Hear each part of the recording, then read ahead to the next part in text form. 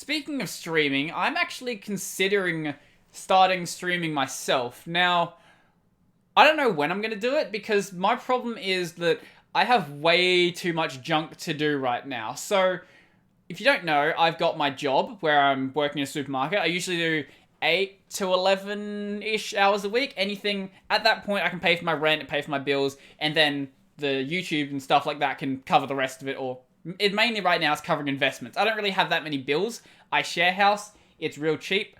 I don't really have any debts. Nice. Yeah. Being 22 is nice. So, anyway, so I'm thinking of starting streaming, and what I'm probably going to do is stream on Twitch, because I don't want to clutter up my YouTube channel. My YouTube channel already has way too much content on it. Unless I was to like not upload once a week, and then the stream could be on that day, but then, I don't know, I feel like when it comes to game streaming, it really only makes sense to watch it when it's live. I've watched, I guess, a couple of game streams that aren't live, but what it's going to be is just the entire stream. I'm not going to clip stuff out unless like it started really taking off, and if it really started taking off, I would put it on another channel. So I would have my main channel where I do the Linux stuff, I would have the podcast channel where I do the podcast stuff, and then the game streaming channel where I have the game streaming stuff. And I feel like that's a better way to do it because, as you probably know, YouTube really punishes channels for uploading too much content. You might notice this during... Actually, that didn't even happen this year. Last year in CES. So if you were following any of the big tech channels, or if you're following any of the gaming channels during E3 or anything like that, they'll upload 5-6 videos a day, and then YouTube just plummets them into the ground, and they don't really push them to anyone because no one... Like, they understand that no one wants to watch that many videos in one day from one channel. I guess some people probably do, but the vast majority of people have multiple interests and want to watch content from this creator and want to watch content from this creator. So if you try to push 6-7 videos from one channel to a person in a day, what would be the way to describe it?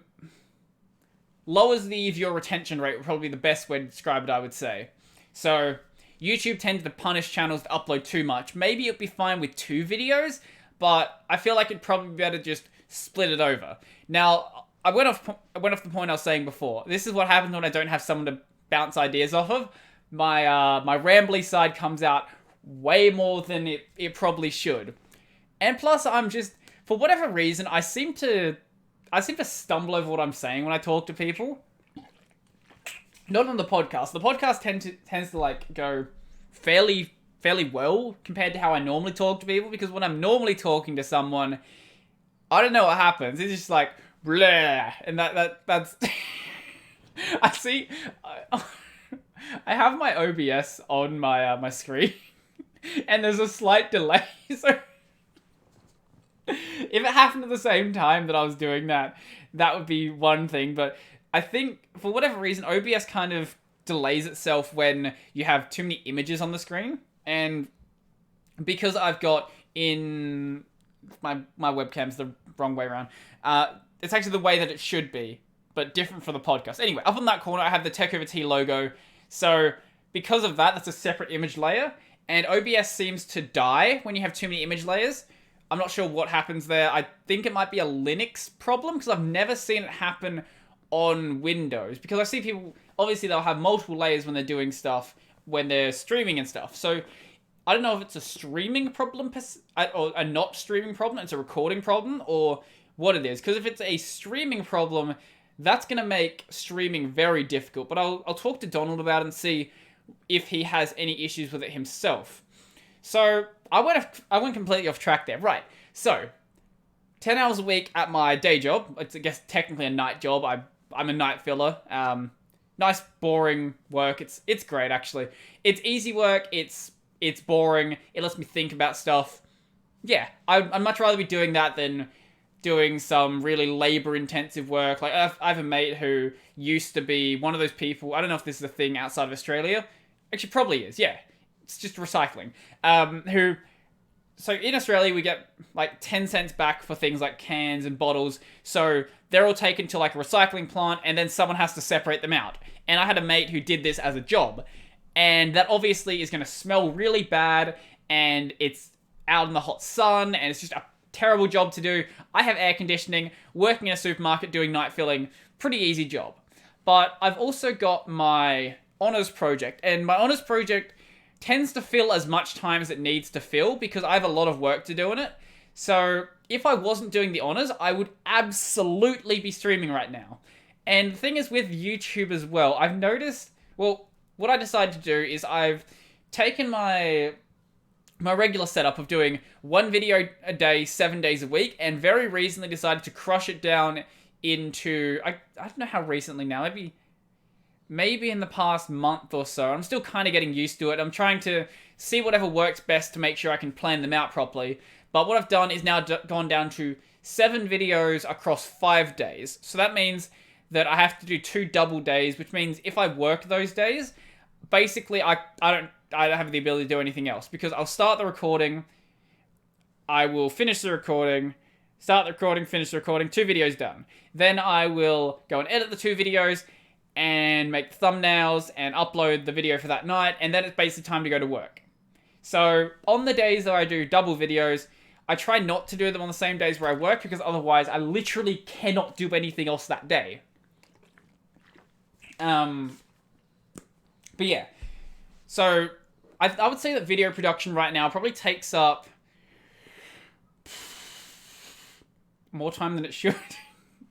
I think it's probably fair to say 20 hours a week at least, which, looking at the pay, probably doesn't justify it. But you know what? I love it, so I get to play with computers all the time. It's like, even though I could be working a dev job, this is so much more fun.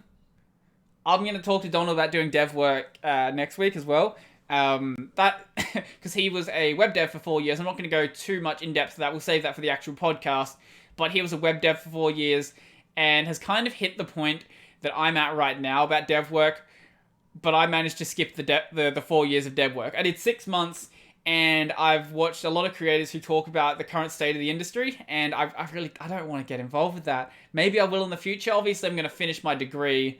But if I don't use my degree, then that's fine. I don't need that much money. As long as I'm making enough to survive, that's really all I care about. If I don't know, I'm going to be investing stuff. So as long as the YouTube things last, I'm going to be investing. So hopefully I can get a pretty solid investment done if it dies out in a couple years. I would hope that it doesn't. I would hope that if it does die out, I've already shifted over to something else. Part of the reason why I do want to start streaming, because, hey, maybe the live streaming thing takes off, or maybe this other thing takes off. Because it's not like I don't enjoy what I do right now. I absolutely love the Linux content I make right now.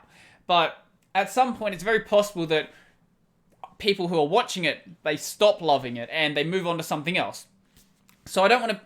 Like, I've seen so many creators who kind of let themselves die out into, like, obscurity and don't really try to start up something new. And I don't want to have that happen. I want to be always doing multiple things at once. So if one of them ends up dying out, hey, well, I can shift over to this. So that's part of the reason I do the podcast. I love the podcast. The podcast is fun. It gives me an opportunity to talk to people I would never have the ability to talk to otherwise. For example, I had Crypto Hustler on the other week. I wouldn't ever get an opportunity to talk to someone like that without a podcast. I had Arias Denarius on last week. Next week, I'm having Donald. Well, Donald's in my Discord. He's also a patron. But yeah, the patron, the Discord thing's also another thing that I want to talk about in a bit. But yeah, with the Discord, it gives me and with the podcast, and obviously with the channel, it gives me an opportunity to just talk to people that I wouldn't be able to talk to otherwise. Now, Donald's obviously not like someone way out there. He's just a very small creator. But it's not like I would ever come across this person under normal circumstances. That's kind of the point I'm getting at here. And with the podcast, I can then be like, hey, I have this podcast. And it also then gives me the ability to talk to people who probably would never give me the light of day otherwise. Like, for example, at some point, I want to bring DistroTube onto the podcast. I think that would be so much fun. And I'm kind of waiting for the point where, at least on Library, the channel is big enough where I can really justify is probably a good way to explain it, where I could give him a good enough reason to want to come onto the podcast, because with a channel that has 60,000 subscribers. There's no point going on a podcast that has like 115 subs on YouTube. So if I build up another platform, like I build up my library, if I build up my library, then I can be like, hey, I have this big library channel. Come on and chat. And there's other people who I want to talk to, like Scott C. Business, who I would absolutely love to talk to. I've been private messaging him. I've private messaged him a few times on Twitter, so I've at least got like that foot in the door. We're both following each other. I can DM him and be like, hey, you want to come on the show? Maybe he'll do it. I don't expect him to, but if he wants to, the door is always open. And that's kind of the thing. The door is really open to anyone. Even if I get to the point where I am bringing on those bigger creators, I don't want to stop bringing on people that have 100 subscribers, or I don't want to stop bringing on people who are just my mates as well. Like, you don't need to have a big channel or be a big creator online to actually come onto a podcast. And I kind of want to, I guess, be a podcast where I'm just talking to interesting people, regardless of whether they have 100,000 subs or they have 0 subs and they're just some dude who I think's interesting. That's kind of what I want to do with this, really. So, yeah.